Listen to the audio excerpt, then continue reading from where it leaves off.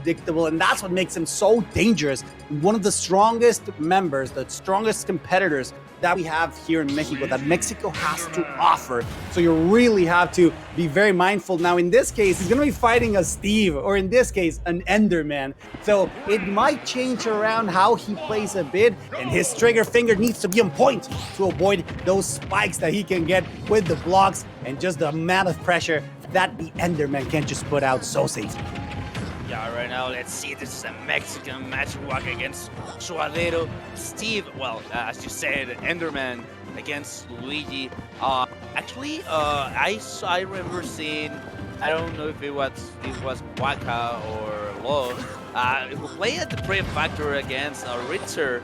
And even though that match is -2 for Luigi, and I also think this could be a pretty difficult match for Luigi. You know, Waka just knows how to get around those struggling matches. So right now it is looking quite even percentage right now, just trying to apply some pressure with the Poltergeist, but it's not quite leading to something, and the block saving Suadero. Coming in clutch for Suadero right there, avoiding certain stock taken from that backer that Waka just put out. Percentages are quite even at this point. No diamond tool yet. I'm pretty sure Suadero wants to save it for when it matters the most, but the back throw not taking the stock quite yet. Enough pressure to ensure another edge guard opportunity. The Cyclone comes out, and ultimately that's what takes the stock. Now the diamond is out, so you need to be very mindful and be sure that your house is built very structurally solid, otherwise it might crumble under the diamond weapon that the Enderman is holding in his hands. Sir, did you saw that was a really, really interesting luck that could have led to a lot of damage being dealt by Waka. But fortunate for Suadero, Waka didn't actually get another confirm from that, and he's just avoiding barely that up smash, but the bunker is not going to be a dodge by Waka. I guess that was a true combo if I'm not mistaken right now. But that was Waka's, Suadero's, second stock. And this is a difficult situation to be with TNT. Yep. Yeah, the TNT was looming, just waiting for Waka to recover. That was an insane recovery, though, from the Tijuanense, from the competitor from Tijuana, the northwestern corner of Mexico, and one of the strongest regions as well. Currently, I'll take the heat. I will admit that Baja California is currently number 2 when it comes to the strength in the regions in Mexico. So he's definitely one of those top contenders there for the strongest in Mexico overall. But look, Suadero trying to get some extra pressure with the ledges, and the anvil gets the stage. Gets the pickaxe stock, and the stock is gone just like that. Oh, and that was quite dangerous situation for Suadero to be in right now. Just Waka trying to apply the most pressure, and I thought we were gonna get a tornado, but no, right now Suadero just grabbing the last seconds of the stocks, and the backer once again, it's going to be the move that seals out the deal. Yeah, looking really good. Waka knows his fundamentals, knows when to approach, and he's being very measured when it comes to just going in, because he knows that Steve, or in this case Enderman, will always get a good option to some get off me situations. You know, he always has the amble. If he gets a block in an amble, he can get a lot of pressure in, especially if you take into account that he has either diamond or a stone iron weapon. They're super dangerous, so you really want to steer off, and Waka knows this the best. And we're going back into Pokemon Stadium. Waka's not too concerned about the distance that Steve can get, or rather the extra space that he gets to play with. So that speaks a lot of Waka's confidence in this match. Yeah, exactly. Of Waka's matchup knowledge also, because right now he's displaying a lot of knowledge with how to edge pressure.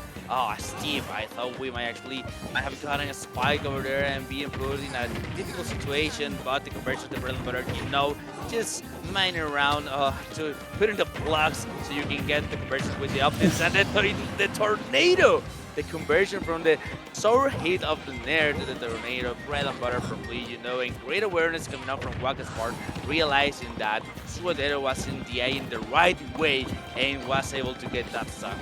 Yeah, look at him just waiting there, hoping for an opportunity for Waka to go in and punishing accordingly. Great tech and roll away to avoid any further damage. Gets a back air, gets a bit of a confirm, but the parry allows Suadero to get something started. Not taking the stock quite yet. He needs to be on Waka's face at all points. Gets the grab, not enough to take the stock just yet. The pressure needs to be on, but look, an up air is enough to deal with an anvil and a reversal situation where Waka can get a mile if he manages to catch Suadero unprepared, but just like that gets enough beat that doesn't take the stock, but that just makes a huge statement for Waka.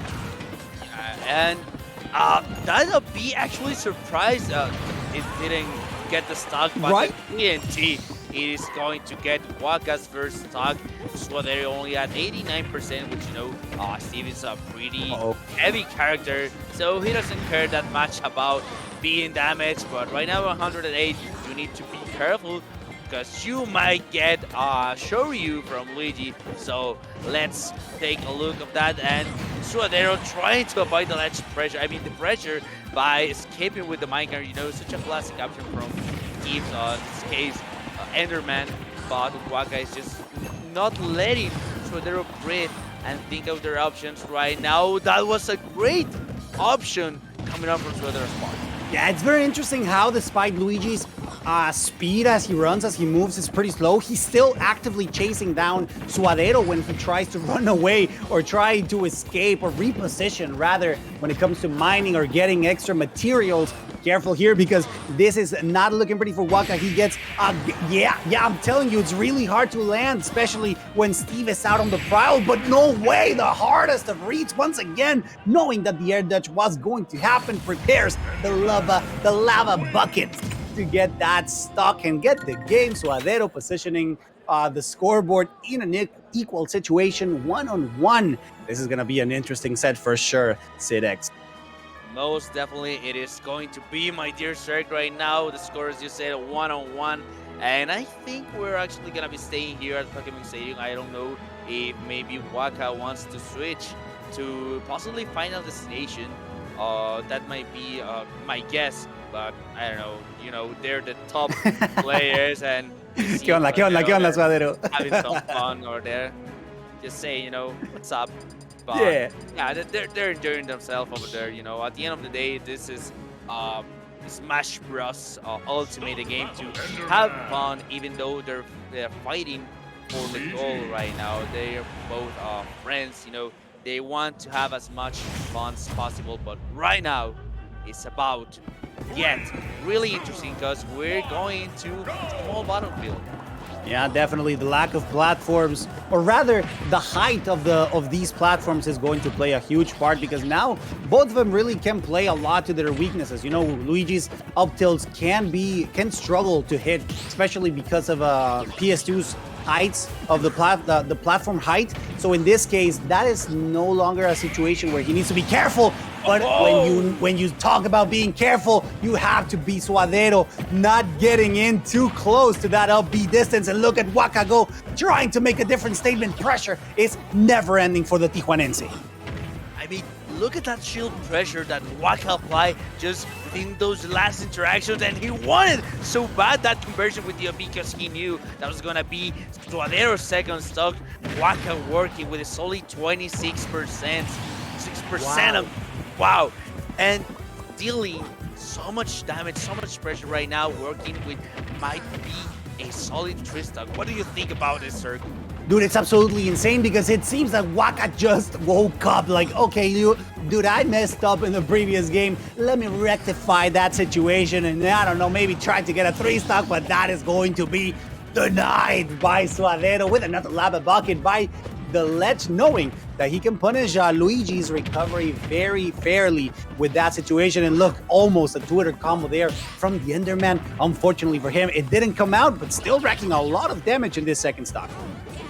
Yeah, and already, this is the kind of pressure that I'm seeing. Whoa, nice tech coming up from Suadero's part. I think actually that tech might have saved him from getting more pressure against Waka, because, he's been dealing so much pressure at the ledge just by doing jab, then retreating, then another jab, and then when the shield is poking up, he just dash attack, as we just saw in the last interaction. Nice grab coming up from Waka's part. Is it going to be a conversion? It is not a Shoryu, but an up smash, who seals the deal right now and puts the score 2-1 in Waka's favor. Unbelievable. Waka definitely woke up and chose violence, doing a phenomenal job there, making sure that his opponent had nothing to say on the matter of who's going to win this set. Un saludo especial ahí para el Poki, but it's definitely doable for Suadero. He did it earlier. He was just playing around Waka's safe poking distance, and that's going to be the name of the game, you know, like spacing. In this specific matchup, you cannot just cross Luigi, because if you do, you will get punished. Yeah, definitely. And just before the match started, I just want to give a huge shout out to my best friend, Ariel, who just gifted a little while ago 5 subs in the chat. So to all of you who got it, you're very lucky. And once again, shout outs to my best friend who is watching all the way from the USA. But let's get back to the match right now. Waka is just applying pressure non-stop once again, and Suadero with the spot dodge managing to avoid the grab, because that would have been a difficult position to be put in. And that soft nair quite didn't lead to the conversion that you know and we know that Waka was looking for.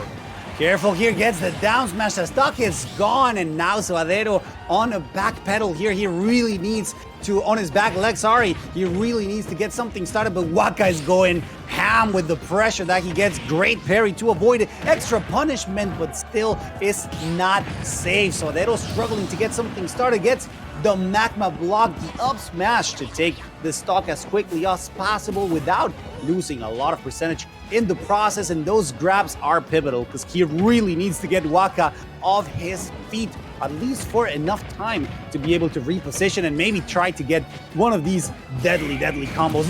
No, don't do that, Suadero. Don't land on the shield, because you are going to get upbeat. The Shoryuken is insane from Waka.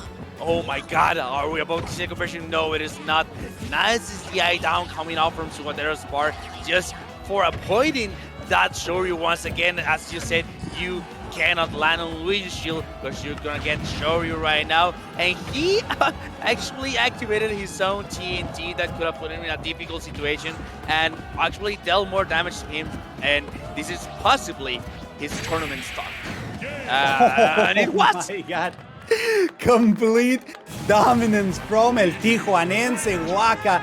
They're good friends. There's no bad blood in this match. Suadero is enjoying his time over there in Smash Factor 9, and I'm sure everyone else at the venue is as well. I know that you guys at home are enjoying it just as much as us, but the stock is gone. The set is over. Waka will keep on moving. His next opponent, I believe, will be, let me take a look. It's going to be Dark Wizzy. So that's going to be fun. And Luigi versus Mario, that's going to be fun. Unfortunately, match. It's not going to be for us to commentate. Yeah, exactly. Because I think we're about to have our last set of our blog. It's going to be Fatality versus Ling, if I'm not mistaken about that, and it is going to be an explosive set. Once again, we're gonna be seeing USA first facing against USA, so let's see. I don't recall Fatality facing Lane before. I don't know if you could give me a quick update of that.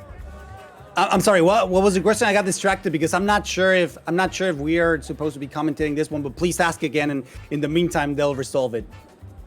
Okay. So I was telling you that I don't recall actually seeing Fatality versus Lin before. I don't think so either. No, I don't think so. And Ling has been doing a phenomenal job all throughout this tournament. But a fatality yesterday, just popping himself up. You know, like, hey, I'm still one of the best, if not the best, Captain Falcon. There's no question about it, at least at this point. But definitely, it's going to be an interesting match. Production, I don't know if are we going to be commentating this one? Please confirm or. Let us check. Sí, okay, perfecto. Entonces we do have an extra match for you guys, and it could be Wadi versus Hang. That'll be fun. Maybe fatality. Oh no, that's gonna be on the other show. Okay, never mind. So it's gonna be Fatality versus Ling. Yeah, for sure. So it is an interesting match. Captain Falcon versus Peach. I mean, you don't get to see that every day, even though they're both from the USA. They don't get to face each other that much. So let's see who wants it the most right now. Even though Griffin has been dealing with the sunburn that he has